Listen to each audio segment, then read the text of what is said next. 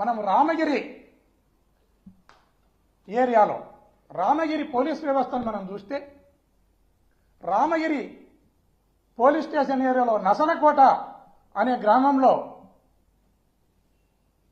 ముత్యాలు అనే వైఎస్ఆర్ కాంగ్రెస్ పార్టీ కార్యకర్త పైన లీడర్ పైన ఇంటిపైన రాళ్లు పడుతున్నప్పుడు స్వయంగా నేనే రాళ్లు పడుతున్న క్రమంలోనే పోలీస్ వారికి నేను ఇన్ఫార్మ్ చేయడం జరిగింది.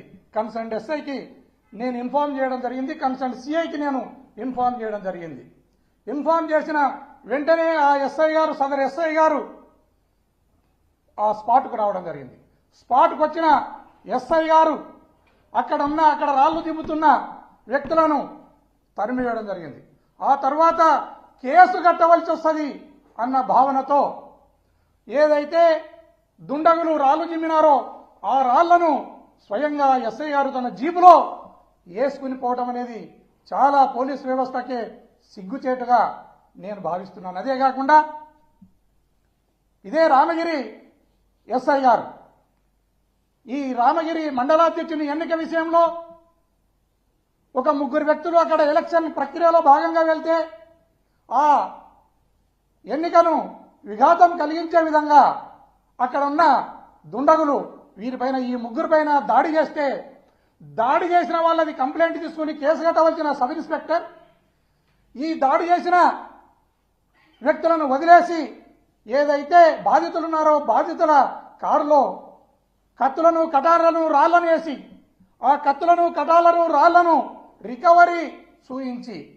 వారిపైన బాధితులపైనే కేసు కట్టడం అనేది మరొక సిగ్గుచేటైన విషయం ఈ రామగిరి పోలీసుకని ఈ సందర్భంగా తెలియజేస్తున్నాను.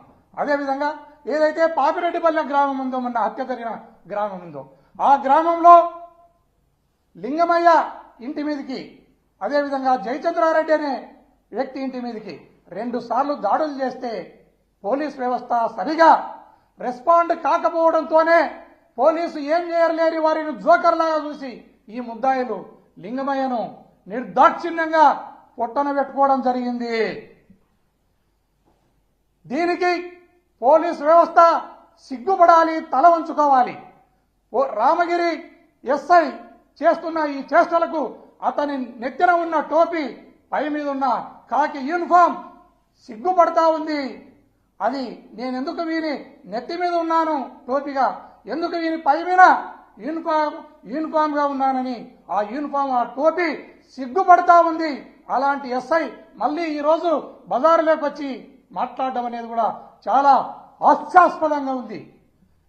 అలాగే ఈ రాష్ట్రంలో ప్రతిరోజు కూడా ఏదో ఒక ప్రాంతంలో రాజకీయ హత్యలు, రాజకీయ హత్యా ప్రయత్నాలు, అదేవిధంగా దౌర్జన్యాలు, దాడులు చేస్తూనే ఈ రాష్ట్ర ప్రభుత్వం ముందుకెళ్తా ఉంది.